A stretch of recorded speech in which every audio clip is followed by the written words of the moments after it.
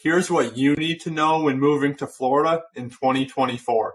Hey everyone, welcome back. I'm Sebastian Roy, a realtor here in Massachusetts, and I focus on helping those who are relocating to or from Mass. And actually, something that's really cool is that I know of some great agents in all 50 states. So if you or anyone you know is planning a move, please reach out to me because I would love to guide them through that process. All right, today's video is not just about the logistics of moving, but I also included 5 of the most unforgettable attractions you can explore on your drive down to Florida, and I even pulled together some prices as far as the moving costs go. This video is a little bit different than my usual content, and honestly, the reason I decided to make it is because with the snow we've had here the past couple days, I've just been dreaming about escaping to Florida recently. Alright, so let's start off by talking about 5 of the top attractions you can visit on your way down to Florida. Because if you're making the trip, you might as well enjoy some historical sites, right? And because this channel is mainly about Massachusetts, these 5 attractions are all on the East Coast, but it's pretty easy to look up the top attractions pertaining to your route and then just add them in through your travels. So stop number 1, I would highly recommend setting aside some time to visit Washington, D.C. on your way down. If you're really serious, you can spend several days at some of our capital's iconic landmarks like the National Mall, Lincoln Memorial, and the Smithsonian Museums, or you can just get them all done in one day. But either way, if you haven't visited D.C. yet, I certainly wouldn't skip it. And just over the state line is the Shenandoah National Park in Virginia. This park is great for hikers, sightseers, and wildlife enthusiasts because it encompasses the beautiful Blue Ridge Mountains. So if you're outdoorsy, this one is a must-see. As you go further south into Tennessee and North Carolina, there's the Great Smoky Mountain National Park. The Smoky Mountain National Park is a lot like the Shenandoah National Park, except on a larger level. Actually, the Great Smoky Mountain National Park is one of the most visited national parks in the country. Alright, stop number 4 is Savannah, Georgia, which is filled with cobblestone streets, well-preserved architecture, and the southern hospitality of the city, which makes it very unique. If you do stop in Savannah, you should take a stroll through Forsyth Park because it's a well-known spot in the area. I went to Savannah years ago and would definitely go back if I get the chance to. And finally, stop number 5, we can't forget about Walt Disney World. Honestly, whether you're a theme park enthusiast or not, Disney offers an unforgettable experience for visitors of all ages. From the Cinderella Castle to the rides and immersive attractions, Disney would be a great way to wrap up your road trip adventures if you have the money to spend on it. Alright, now that we've explored 5 of the top attractions on the way to Florida, let's get back to the practical side of the move. The first crucial step is decluttering because not only will it be nearly impossible to transport all of your items you saved up over the years, but my guess is that you probably won't want all that stuff in your new home anyway. So, the best way to do this if you feel like you have a mountain of stuff you've gathered up, to go through it room by room, question the necessity of each item, and consider selling or donating things that you no longer want. A great way to speed up the process is to involve your kids or family. There's ways to make decluttering a fun activity and choose which toys you want them to bring to their new Florida home.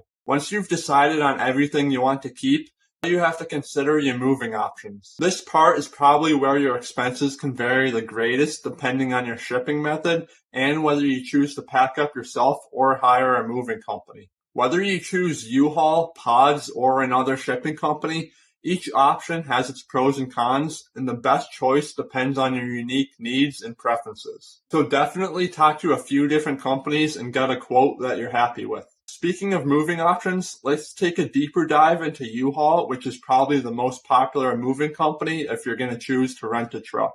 Depending on truck size and some other factors, a rough idea of the cost to rent a moving truck, you should probably budget around $5,000, give or take.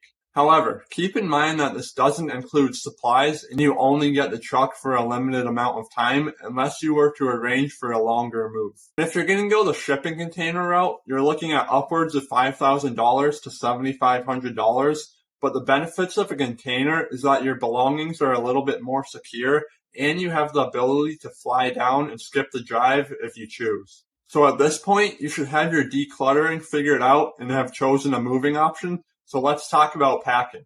If the thought of packing up your entire life feels overwhelming, Don't worry, I've got some tips to make this process smoother. For your fragile items, make sure you label them clearly and use bubble wrap, packing paper, and sturdy boxes to make sure they stay in one piece. Then you should pack them securely in the truck, and don't drive like a maniac. That'll ensure that your things get to Florida in one piece. Another option would be to hire professional movers to do the packing for you. But if you decide to go this route, just be aware of the extra costs. Some movers will charge upwards of $2,000 to pack a standard 1,500 square foot home. So just like picking a shipping option, make sure you verify many companies. And depending on how eager and energetic you are, you can potentially get the truck or shipping container loaded in one day. So let's shift our focus to day 2, or the next part of the moving process. This is when the loading and transportation of your belongings happens. And this step is most likely going to be the most expensive part of the process. Again, depending on your method of transport and your company you choose,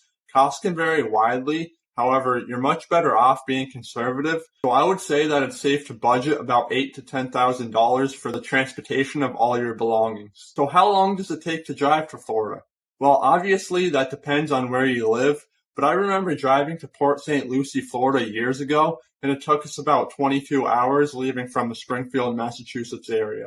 If you're driving a moving truck, you should factor in the need for more time. So depending on how much driving you want to do on each day and factoring in any of the top 5 attractions you stop at, you should plan for about a 2 to 3 day trip or even longer. Just make sure you plan your route ahead of time so you're prepared and you're not scrambling at the last minute. And the last step you'll need to complete before hitting the road is to pack up any final items and wrap up your loose ends, meaning notify your utility companies, change your address, and completing any final tasks related to selling or moving. Don't forget the little details. So this is to leave your forwarding address with the new occupants if possible. This is just a small thing, but it can prevent important mail from slipping through the cracks. Well, those are the top tips you need to know about moving to Florida this year, or any state for that matter. Moving is a huge undertaking, so just remember to take your time, try your best to not stress out, and hire help if you'd like to take some of that weight off your shoulders. Remember, moving is not just about transportation of your belongings from one place to another. It's actually an adventure and a chance to explore some new places. So embrace the excitement, stay organized, and enjoy the process of creating a new chapter in your life. If you would like to hear what the moving process would look like more in depth for you, feel free to reach out. And if you enjoyed this video, please give it a thumbs up, hit that subscribe button. Good luck with planning your move, and I'll see you in the next video.